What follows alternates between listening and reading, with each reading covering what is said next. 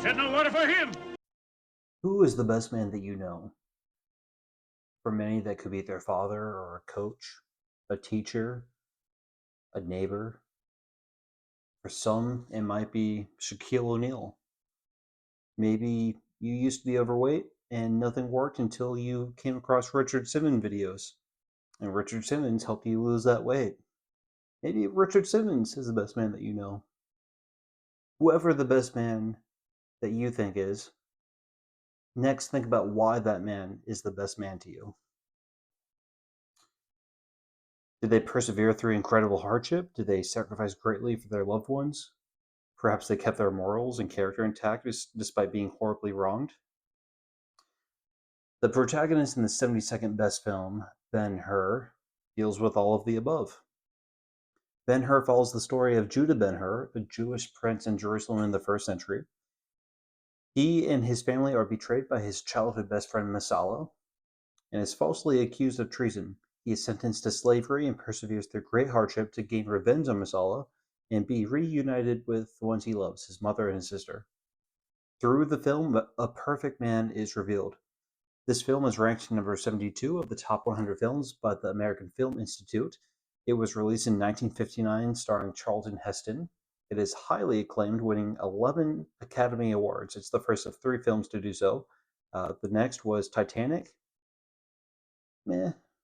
And thirdly, The Lord of the Rings, The Return of the King.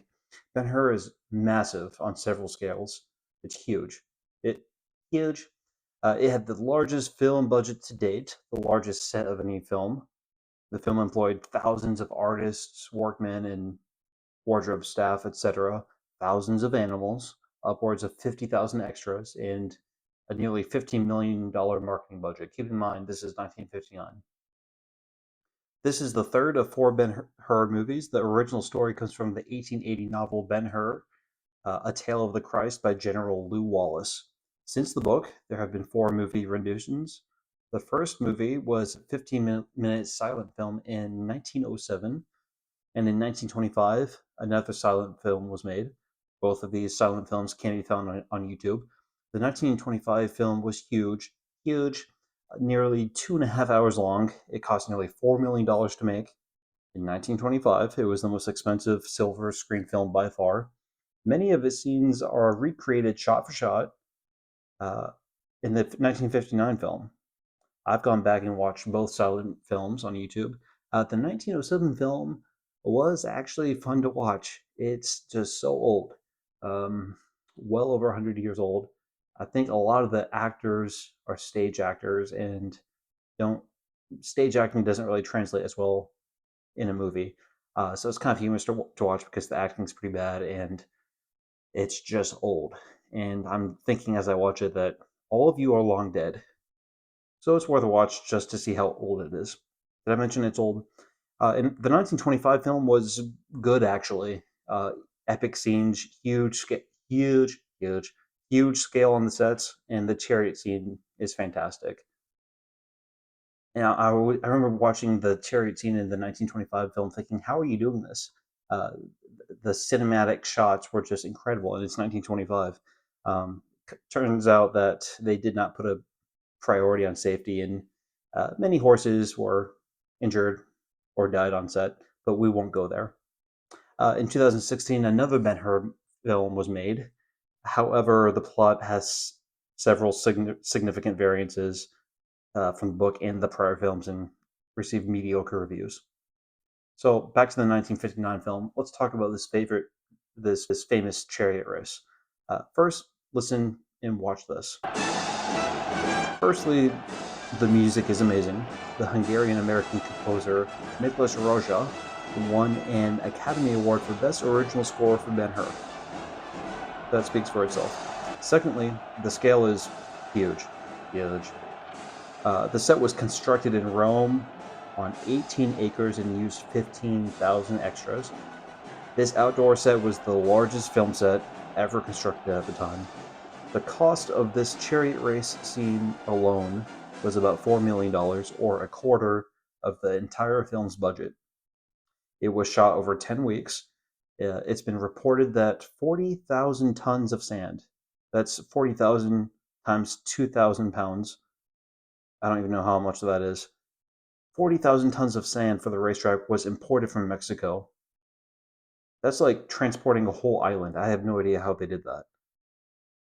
This chariot race is one of the most iconic and thrilling scenes in film sequence history, and it's worth watching the movie just for the scene alone. Fun fact, Leslie Nielsen auditioned for and was considered for the role of Judah Ben-Hur. Surely you can't be serious. I am serious. And don't call me Shirley. Now, this isn't the first time I've seen this 1959 Ben-Hur film. In fact, it's probably the fourth or fifth time. Ben-Hur is my second favorite movie. My first favorite movie is also in the top 100 list, but I won't spoil it. That's a different video. I first watched Ben-Hur when I was about 10 years old. I vividly remember loving the naval battle scene and the chariot scene, and also thinking that after the chariot scene, the rest of the movie is kind of boring and not worth watching, in my young opinion. However, since rewatching the movie several times as an adult, my view has changed. The race and the naval battle are just as exciting to me now as they were when I was 10, but I've grown to appreciate the rest of the film just as much. The film review of Bosley Crowther, New York Times film critic, who critiqued the film when it was released, says it well. A rich and glowing drama that far transcends the bounds of spectacle. His big scenes are brilliant and dramatic, that is unquestionable. There has seldom been anything in movies to compare with this picture's Chariot Race. It is a stunning complex of mighty setting, thrilling action by horses and men, panoramic observation, and overwhelming dramatic use of sound. But the scenes that truly reach you and convey the profound ideas are those that establish the sincerity and credibility of characters. Ben-Hur's encounters with his mother and his sister, or his passing meetings with Jesus, are dignified and true. As I grow older, I gain more relational responsibilities. I am a husband, a father, a son, a brother, a friend. I'm a member of various communities, a colleague, peer, etc., etc. All of these relations have a unique responsibility tied to it, to myself as a man.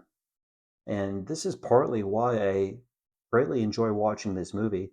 Ben-Hur shows how to be a great man in many of these same relations. He shows love and protection to his mother and sister. He shows kindness and loyalty to his servants and friends.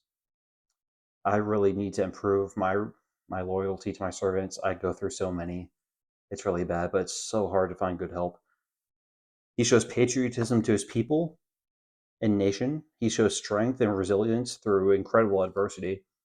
In general, I feel like he would make a good Navy SEAL who's also good at home. However, he does have a few flaws, mainly two. In the first half of the film, he is consumed with vengefulness. In the second half of the film, he really struggles with forgiveness.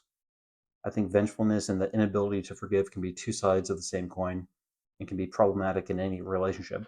For myself, I can struggle to forgive my wife for something small, the most important person in my life.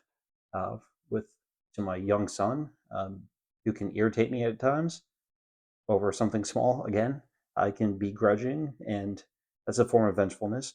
And it's these reasons why myself and Ben-Hur are nowhere near masculine perfection.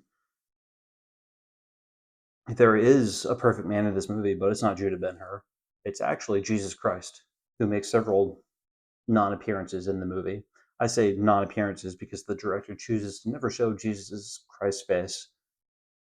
However, there are several scenes where he and Ben-Hur encounter each other. Firstly, Jesus shows kindness to Ben-Hur when he is enslaved. I showed that clip at the very beginning of this film, where he gives him water to drink.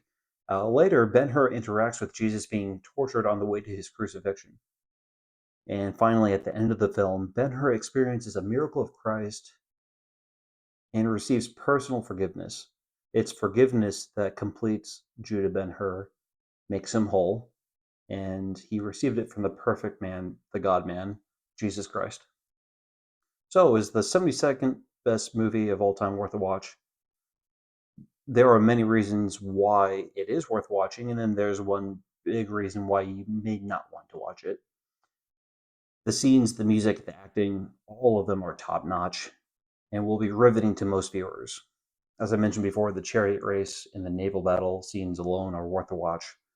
Inversely, witnessing Ben-Hur's character arc and how he receives forgiveness and comes to peace at the end of the movie is worth watching by itself, even without the naval battle or the chariot race scenes.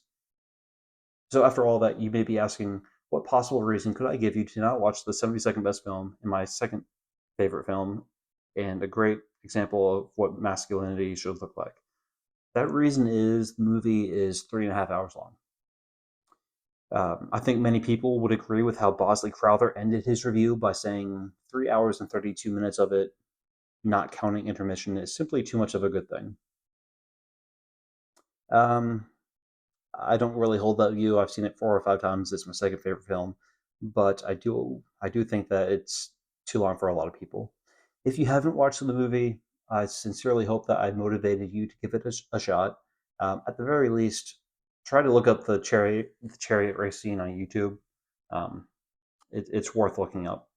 At the beginning of the video, I asked who the best man you know is and why. If you would like to share your answer, I would like to read it in the comments. I would be interested to know what others think make a great man. The next top 100 movie I'll be making a video of, out of all the top 100 movies my wife and I have watched, this next movie caused the most physical reactions out of us. Meaning we were literally on the edge of our seats. We were literally face palming ourselves in embarrassment. We were looking at each other slack-jawed in shock. At one point, the scene was too much for me to handle. I had to get up and walk to the kitchen because I couldn't handle the embarrassment of the scene. And these are all good things. Like, this was one of the most entertaining movies we've ever seen. I'll give you a hint. Love triangle. So if you can guess what it is below, I'll be interested to see if you know what movie this is. But that movie is the next video I'll be making. Thank you for watching this video. I hope you found it interesting, and I'll see you next time.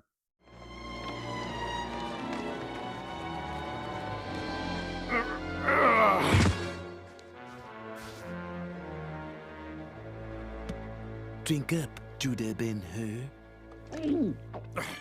You truly are the King of Kings. Excellent.